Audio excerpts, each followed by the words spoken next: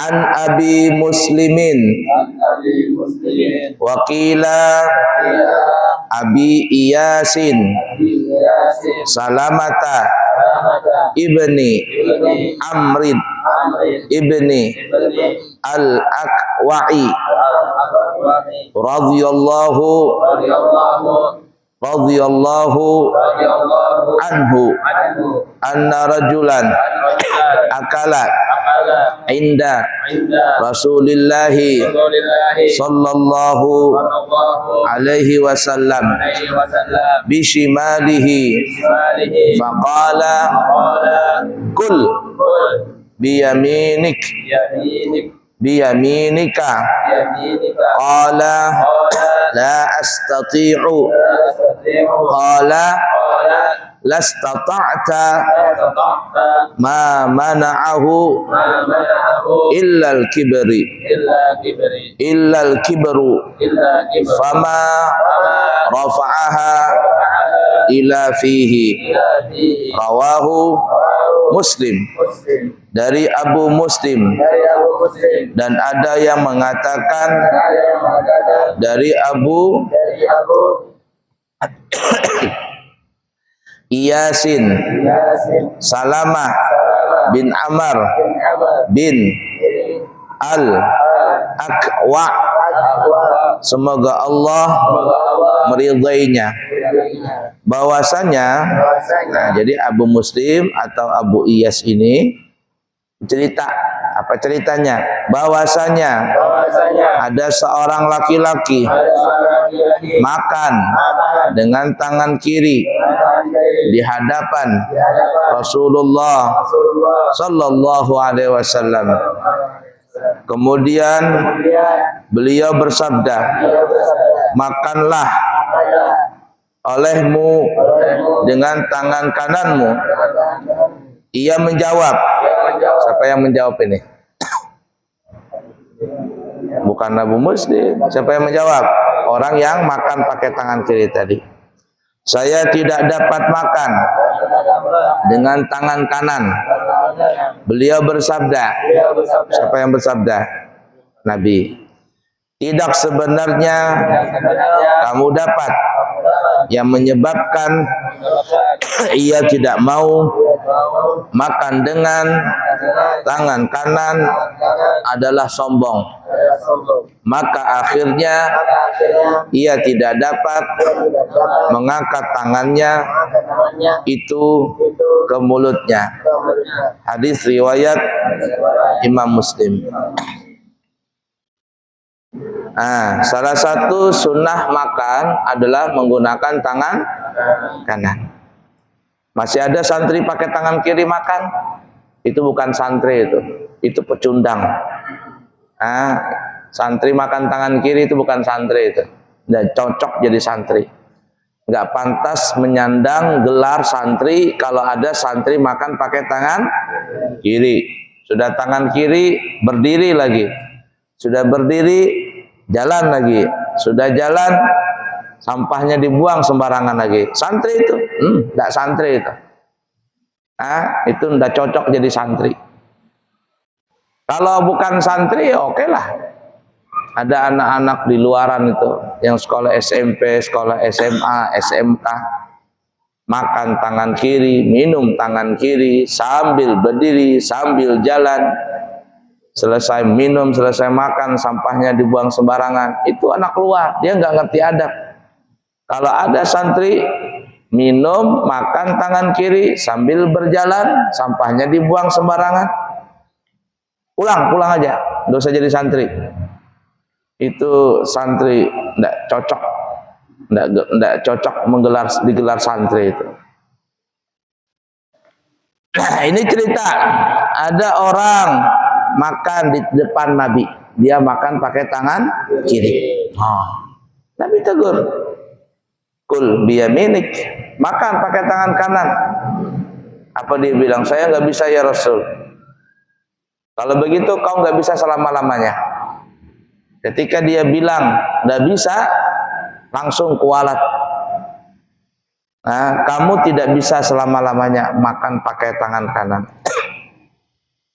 Tidaklah mencegah olehmu makan pakai tangan kanan kecuali sombong. Nah, sombong itu apa? Sombong itu tandanya dua. Batarul haq wa hiqarul muslimin. Tidak mau terima nasihat. Jadi kalau ada orang dinasehatin nggak mau terima nasihat. Malahan yang nasihatin ini dimarahin, kamu anak baru kemarin sore, kamu santri baru, berani-berani nasihatin yang senior. Ah, itu sombong berarti dah. Intinya kalau ada orang dinasehatin nggak mau dinasehatin, nggak mau terima nasihat, itu tanda sombong yang pertama. Tanda sombong yang pertama. Yang kedua apa? Wa iqarul mu'minin. Suka merendahkan orang lain. Kamu ini anak baru kemarin sore, baru masuk, baru santri baru, sok-sokan. Aku ini yang lama. Nah, ketika dia sudah mengaku aku, Anania mengaku aku, dah itu sudah komplit sombongnya tadi. Apa arti sombong tadi? Berapa sombong tandanya? Nah, dicatat. Yang pertama, tidak mau terima nasihat. Yang kedua, merendahkan orang lain. Kalau dia merendahkan orang lain, berarti dia merasa tinggi. Nah, kata Nabi, tidak ada yang mencegah olehmu untuk makan dengan tangan kanan kecuali sombong. Lalu apa yang terjadi? Maka akhirnya ia tidak bisa mengangkat tangannya. Nah, ada yang mengatakan orang ini sudah ibarat kata nggak bisa lagi pakai tangan kanan, stroke bahasa kitanya. Sekalian aja, itu yang bahaya tuh nah. Diselanjur orang Banjar diselanjurkan, ya langsung diselanjurkan dengan ucapan dia. Nah, ada santri belajar sakit katanya, padahal nggak sakit. Belajar sakit, sholat sakit, bohong, disuruh belajar pura-pura sakit, langsung apa? Sekalian disakitkan sama Allah Ta'ala. Bahaya tuh. Kayak orang begini nah, nggak bisa ya Rasul pakai tangan kanan. Kata Rasul, sudah selamanya nggak bisa tangan kanan kamu. Ada yang mengatakan nah, orang ini ya itu nih stroke. Na'udzubillahi min dzalik, nasallallahu. Hati-hati, ucapan itu doa. Ucapan tadi doa, jangan sembarangan. Apalagi yang dibohongin itu Nabi. Ya. Nabi tidak ada sekarang atau guru. Suruh belajar sama guru, dia pura-pura sakit. Diselanjurkan sekalian, dibikin sekalian sakit beneran. Nah, bahaya itu, nggak sembuh-sembuh penyakit tadi. Siapa yang rugi? Dia sendiri yang rugi. Karena telah apa ya? Telah berbohong. Jadi tangan kanan. Biasakan tangan kanan. Hadis yang kelima ya. An Abi Abdillah An-Nu'man ibni Bashirin radhiyallahu ta'ala anhuma qala sami'tu Rasulullah sallallahu alaihi wasallam yaqulu la tusawunna sufufakum. Nah, perhatikan nih hadis ini. Au la yukhalifannallahu baina wujuhikum. Muttafaqun alaih. Wa fi riwayati li Muslimin. Wa fi riwayatin li Muslimin kana Rasulullah sallallahu alaihi wasallam yusawwi sufufana hatta ka'annama yusawwi bihal qidaha hatta idza ra'a anna qad aqalna thumma kharaja yauman faqama hatta kada ayyukabbira fara'a rajulan badiyan sadruhu faqala ibadallah latusawwunna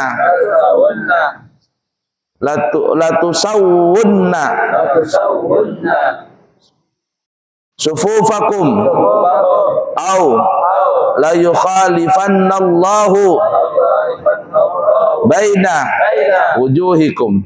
Nah, perhatikan ini nih kerjaan kamu nih. Ya. Dari Abdullah, dari Abu Abdullah Nu'man bin Bashir bin Bashir, semoga Allah meridai keduanya. Aku mendengar Rasulullah sallallahu alaihi wasallam bersabda, kamu sekalian harus benar-benar meluruskan shaf barisan salatmu, atau kalian tidak niscaya Allah akan benar-benar merubah bentuk wajahmu. Hadis riwayat Bukhari Muslim. Di dalam riwayat Muslim dikatakan Rasulullah sallallahu alaihi wasallam senantiasa meluruskan shaf-shaf kami sehingga seakan-akan beliau meluruskan kayu panah. Kemudian ketika beliau berpendapat bahwa kami sudah sadar, maka pada suatu hari beliau keluar langsung siap-siap sholat, tidak meluruskan shaf sebagaimana biasa, tetapi kemudian beliau melihat ada seseorang yang dadanya menonjol ke depan.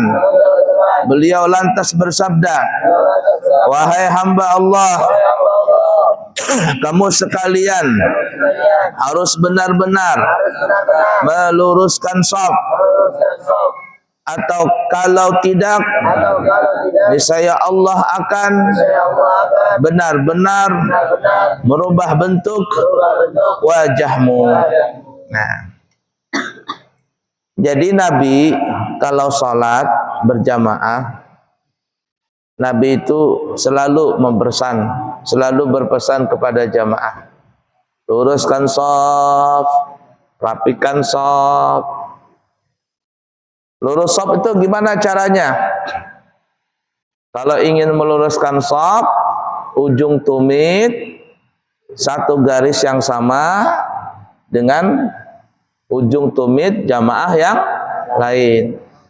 Nih tumit di sini umpama garis ini, semuanya berada satu garis yang sama. Tumit, bukan ujung jari, tapi itu tumit. Kenapa? Karena kita manusia ini bertumpu, badan kita itu ditumit. Kalau tumitnya satu garis yang sama dengan jamaah yang lain, maka insya Allah lurus shafnya. Lurus shafnya. Contoh begini nih. Nah, umpama nih. Ini telapak kaki. Sebenarnya kan telapak tangan ya. Nah, telapak kaki. Ini tumit nih nah. Nah, ini tumit. Ini ujung jari. Umpama nih ya. Begitu juga ini. Nah, kalau ingin meluruskan shaf, meletakkan tumit itu satu garis yang sama. Satu garis. Taruh di situ. Tumit si A di sini di garis ini. Tumit si B di garis ini. Tumit si C di garis yang sama. Semuanya sama. Kenapa? Karena tumpuan badan kita ini adalah ditumit. Kalau orang sakit jempol, sakit jari, masih aja bisa berjalan. Tapi kalau sakit tumit susah berjalan. Makanya kan asam urat tuh kenanya di tumit selesai sudah. Kalau sudah kena di tumit selesai. Tapi kalau masih kena di jempol, di jari masih bisa berjalan. Tapi kalau kena tumit selesai. Nah, tumpuan kita di tumit. Jadi satu garis yang sama tumit tadi. Loh kenapa? Karena telapak kaki kita manusia ini bermacam-macam. Ada yang panjang, gemuk. Ada yang kurus, panjang. Ada yang gemuk, pendek. Ada yang pendek, kecil lagi. Nah, coba bayangkan kalau seandainya ini si telapak kaki si A. Nah, segini panjangnya. Kemudian telapak kaki si B panjangnya segini. Dia meluruskan sop tadi dengan ujung jari. Ujung jari kaki. Apa yang terjadi? Maka apa? Seakan-akan dadanya orang ini akan ke depan. Nah, ini nih. Segini ujungnya. Nah, sedangkan tadi badannya di sini. Nah, ke depan begini nih jadinya. Tapi kalau dia tumitnya sama tamak, nah rata dia begini. Paham gak maksud Abu ya? Nah, jadi kalau begini ke depan dia nah. Ya, ke depan, tapi kalau begini rata. Jadi seperti itu tuh. Ya. Nah, jadi meluruskan sop itu di ujung tumit. Ya, meletakkan semua jamaah ujung tumitnya dalam satu garis yang sama. Kalau untuk rapatkan sop nih, apakah kaki ketemu kaki? Tidak. Jangan kayak orang-orang di luar sana, ada orang salafi gitu. Kaki ketemu kaki. Akhirnya apa? Sholatnya mengangkang. Nah, nanti orang di samping berjalan, dikejarnya kakinya gini. Kakinya orang digesernya lagi supaya menyentuh. Akhirnya sholatnya mengangkang. Makruh sholat mengangkang. Laki-laki perempuan itu sholat mengangkang makruh. Laki-laki mengangkang makruh, apalagi perempuan mengangkang tambahnya makruh. Rapat kaki makruh nih, rapat makruh, ngangkang makruh. Jadi yang bagaimana yang benar? Yang benar adalah sejengkal saja, tidak perlu diukur. Kaki kanan dengan kaki kiri diukur dulu, itu kerajinan benar. Dikira-kira saja. Yang sekira kita punya pinggul sebesar seperti ini, ya sudah sebesi ini, sekira-kira aja. Nah, cuman kebanyakan kita nih lah, terutama di masjid-masjid umum lah.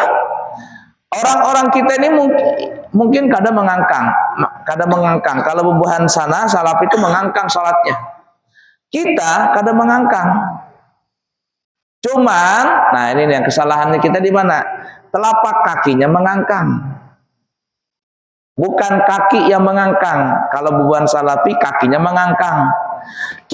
Kaki kita kadang mengangkang, tapi telapak kaki mengangkang. Bagaimana? Nah, modelnya begini nah, kaki. Lihatlah jamaah yang di belakang. Nah, ini nah, kalau begini ujung-ujungnya mengangkang juga jadinya. Ya. Jadi lurusnya sejengkal saja dan ini harus coba seberapa kita punya segini. Nah, sejengkal. Ya. Kita jamaah kita ini kadang mengangkang. Kaki kadang mengangkang, cuman telapak kaki mengangkang begini. Nah. Akhirnya si fulan di samping mengangkang juga. Akhirnya tadi renggang berataan. Ujung-ujungnya sama kayak salafi. Nah, kalau salafi kan begini tuh. Allahu Akbar. Nanti kalau ada renggang tariknya gini kakinya. Kenapa ajarnya? Supaya setan tidak lewat dari samping. Bujur, setan tidak lewat samping, tapi setan lewat tengah, lewat bawah. Lebih mudah lagi. Cing kata setan. Lebih kolong. Nah, iya penting kau ngerkai. Bujur kada setan kada masuk lewat samping, tapi lewat tengah dia jar setan. Cung cung cung. Nah, lah lato-latonya digandul sama setan situ. Nah, itu. Nah, jadi caranya adalah telapak kaki. Jadi ini ya, kita perbaikin salat kita masing-masing. Telapak kaki tidak boleh mengangkang, lurus menghadap kiblat. Dia kalau lurus menghadap kiblat, semua jari itu, nah ada 10 jari dapat pahala semuanya. Sama juga sujud begitu tidak boleh sujud Allahu Akbar jari mengangkang, ini kada boleh. Nah, jadi harus rapat jari tadi. Kemudian menghadap ke kiblat, jangan menghadap ke sana Allahu Akbar atau menghadap ke sini Allahu Akbar. Jadi tidak dapat pahala, dia harus menghadap kiblat berataan. Sama juga duduk di antara dua sujud. Nah, ini ujung jari sejajar dengan ujung tumit. Oh ya, ujung tumit apa? Ujung lutut. Salah mandir. Nah, ini. Tidak boleh begini. Nah, Rabbi fili warhamni, tidak boleh begini.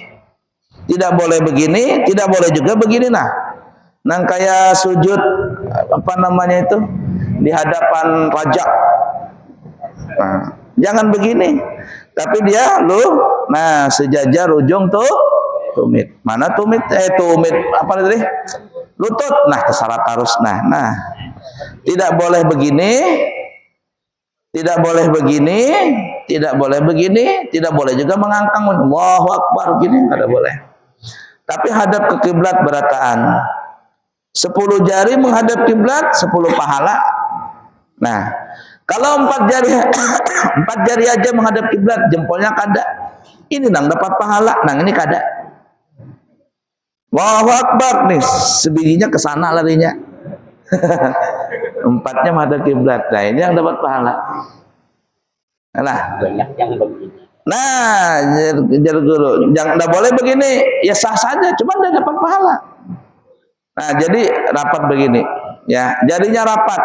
Sujud rapat menghadap kiblat. Apalagi berdiri begitu juga tadi kaki. Nah, jadi begini nih modelnya. Tidak boleh begini. Allahu Akbar. Ya. Sejengkal. Nah, ini luruslah. Tumit di ujung garis. Nah, begitu. Jangan seperti ini, makruh. Jangan begini, makruh. Jangan begini, makruh juga. Yang begini yang bujur salatnya. Nah, itu. Itu di pondok tuh Abu ya sering tuh. Ujung luruskan kaki lurus hadap kiblat. Nah, nanti praktek sholat. Sudah belajar, praktekkan, belajar, praktek. Jangan belajar, habis itu nggak dipraktekkan, habis.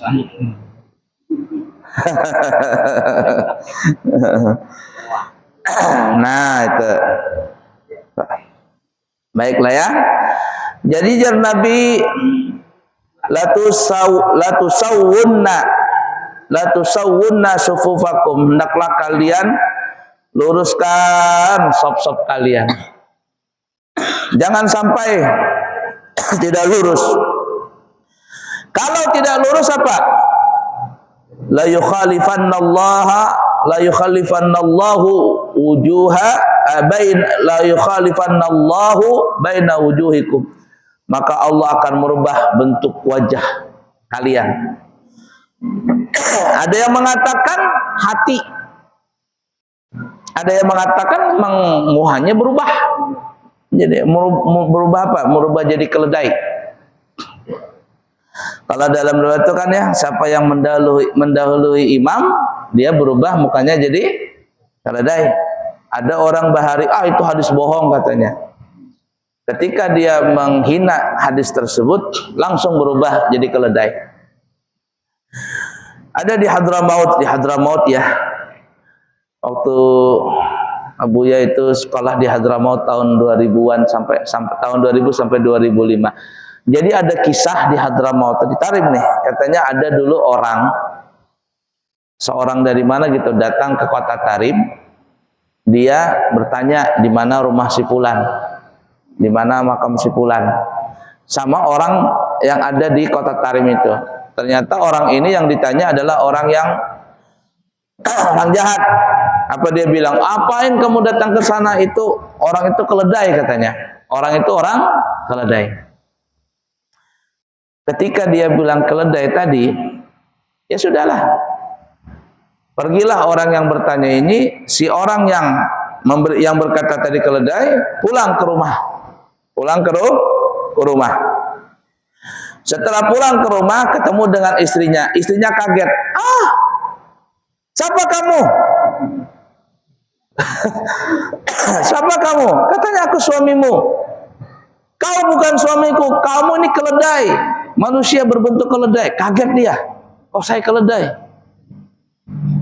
Coba berkaca dulu, ternyata benar wajahnya keledai. Nah, waktu itu cerita itu diceritakan sama teman Abuya di Hadramaut. Kata teman Abuya, itu orang yang wajahnya berubah jadi keledai sampai sekarang, waktu zaman itu ya, sampai waktu itu masih hidup orangnya. Nah, suatu saat temannya Abuya ini sakit. Temannya Abuya sakit. Abuya bawa ke rumah sakit. Minta temenin, Abuya bawa ke rumah sakit. Pas di rumah sakit itu, lewat gitu Abuya, ada orang mukanya keledai. Bujuran ya, ulun melihat bujur. Muhanya itu muha keledai. Gimana bentuk keledai? Nah, kayak mana keledai itu? Keledai itu kan kayak mirip-mirip kuda tuh. Nah, keledai, hidungnya apa? Telinganya panjang ini, keledai. Oke, kayak kuda, telinganya panjang, keledai. Bujur keledai kepalanya itu. Dalam hati Abuya, apakah yang orang ini yang ceritanya orang itu atau gimana ini? Ah, tapi karena dia sudah kualat, mau apa lagi sudah. Ibarat kata itu apa namanya tuh, pelor kah apa? Nah, ini yang senjata itu namanya pelor namanya. Sudah ditembakkan, tidak bisa lagi digunakan lagi. Kalau sudah tung keluar pelurunya, jadi orang Banjar pelor. Pelurunya keluar, sudah meletus, itu peluru tidak bisa lagi digunakan. Ah, begitu tuh orang nang kualat tadi. Sama yang tadi kisah Nabi ini, nah yang kita kisah awal. Tidak mau mengangkat, tidak mau pakai tangan kanan. Apa dia? Kualat. Akhirnya nggak bisa, tangannya nggak bisa lagi digunakan. Nah, sama juga yang ini nah. Jadi Nabi, kalau kalian tidak mau lurus, tidak mau rapat, wajah kalian dirubah. Bisa jadi dirubah wajahnya, bisa jadi hatinya berubah. Artinya hatinya orang ini tidak mau bersatu. Lihat aja, Abuya tuh lihat kamu tuh di pesantren. Kata Abuya, kalau Abuya ngelihat ada santri tidak mau lurus, tidak mau shaf, tidak mau rapat, lihatin saja. Santri itu biasanya membangkang, susah dinasehati, susah menghafal. Lihat aja. Kenapa? Karena itu tuh. Nah, itu kata Nabi, la yukhalifannallahu baina wujuhikum. Allah akan rubah wajah dia. Bisa wajah nang asli, bisa hatinya. Pembabal, nakal, mucil. Itu gara-gara apa? Suka tidak mau lurus, tidak mau rapat shafnya tadi. Nah, dalam riwayat Imam Muslim yang kita tadi bahas, jadi Nabi kita Muhammad SAW itu kalau mau sholat berjamaah dengan sahabat, Nabi itu belum takbiratul ihram. Nabi itu dalam riwayat yang lain berjalan, melihati shafnya, lurus kada, sampai ke belakang melihati, lurus kada, sampai Nabi itu membujurkan, lurus begini cara lurus, begini cara rapat, diajari lawan Nabi bujur-bujur. Setiap kali mau sholat berjamaah seperti itu, Nabi nasihatin, jangan bengkok, jangan tidak rapat. Setiap kali begitu. Sampai sahabat ini terbiasa. Tuh Abuya di pesantren tuh, duduk lurus kata Abuya, lurus. Tapi ada yang hau-hau, suruh lurus ke kanan dia. Nah, itu hau-hau tadi tuh. Nah, pelangak-pelongok, nggak pintar-pintar ya itu. Suruh lurus nggak mau lurus, itu kayak keledai tadi. Jadi Nabi ini nasihatin sahabat terus berulang kali, sehari, 2 kali, 2 hari, 3 hari, 4 hari, terus begitu. Nah, karena Nabi sudah melihat ini sudah cocok, nah sudah paham jar Nabi. Kayaknya sudah sahabat ini sudah pintar berataan, sudah ngerti. Suatu saat Nabi jadi imam.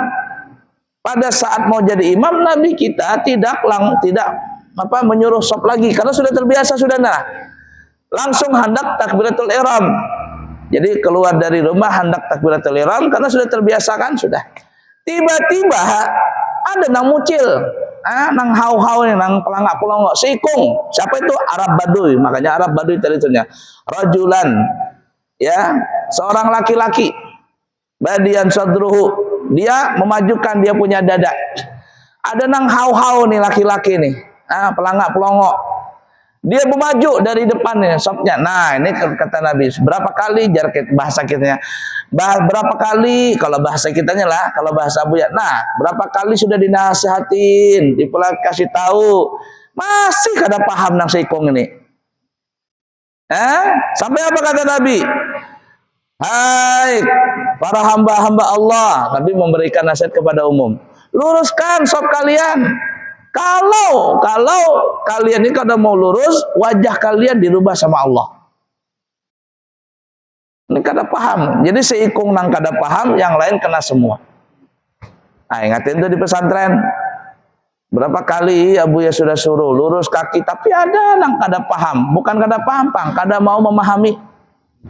Kada mau nurut, alahan daripada keledai.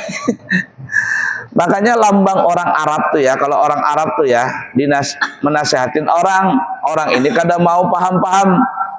Anta himar katanya. Anta himar. Apa itu himar? Kamu ini keledai. Karena lambang binatang paling bodoh itu adalah keledai. Kenapa bodoh? Karena keledai itu yang pernah membawa kayu bakar untuk membakar Nabi Ibrahim. Nah, seperti itu riwayatnya. Keledai tadi itu. Gara-gara dia pernah membawa kayu bakar, sampailah keledai tadi dikutuk oleh Allah Ta'ala. Maka keledai kampung tidak boleh dimakan. Keledai kampung itu yang di Jawa, yang biasanya ngangkat kayu, ngangkat orang, itu keledai kampung. Balikpapan tidak ada keledai. Kalau kuda ada. Nah, keledai itu nggak boleh dimakan, keledai kampung.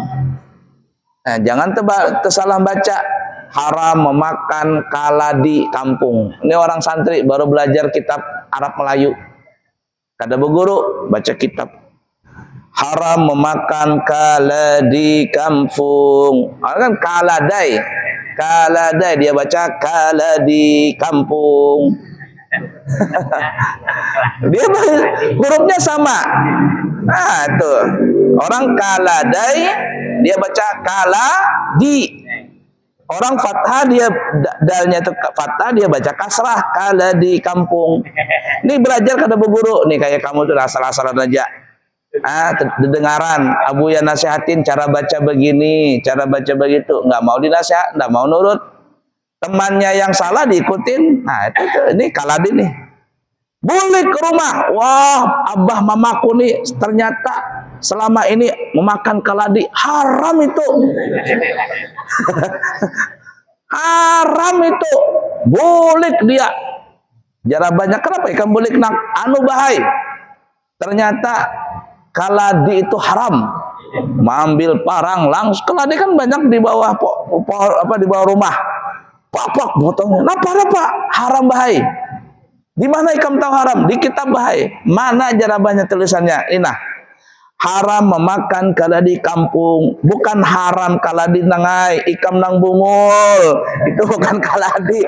Kaladai tulisannya. Coba lihat. Orang belajar kada beguru tadi. Nah, itu tuh. Nah, itu tuh. Sama itu nang dinasihati di pesantren. Nggak paham-paham. Suruh lurus, masih nggak lurus. Suruh duduk lurus, nggak juga lurus.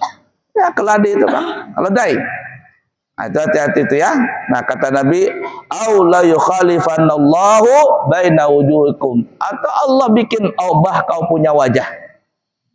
Cuman kata ulama banyakkan nih hatinya dirubah, artinya pengarasan. Itu tanda itu ya, kalau orang tuh salat gak mau rapat, gak mau lurus, itu tanda orang tuh pengarasan, nggak bisa hidup bermasyarakat, maunya menang sendiri, pengarasan, apalagi ya lengkaplah sifat yang buruk di situ tuh. Tapi kalau ada orang lurus sapnya, pintar tuh orang tuh, cerdas tuh, diberi nasihat langsung nurut dia. Begitulah. Baik, cukup dulu. Insyaallah kita sambung lagi di kesempatan yang akan datang. Semoga bermanfaat dan semoga kita bisa mengamalkannya. Amin ya rabbal alamin. Wallahu a'lam bishawab.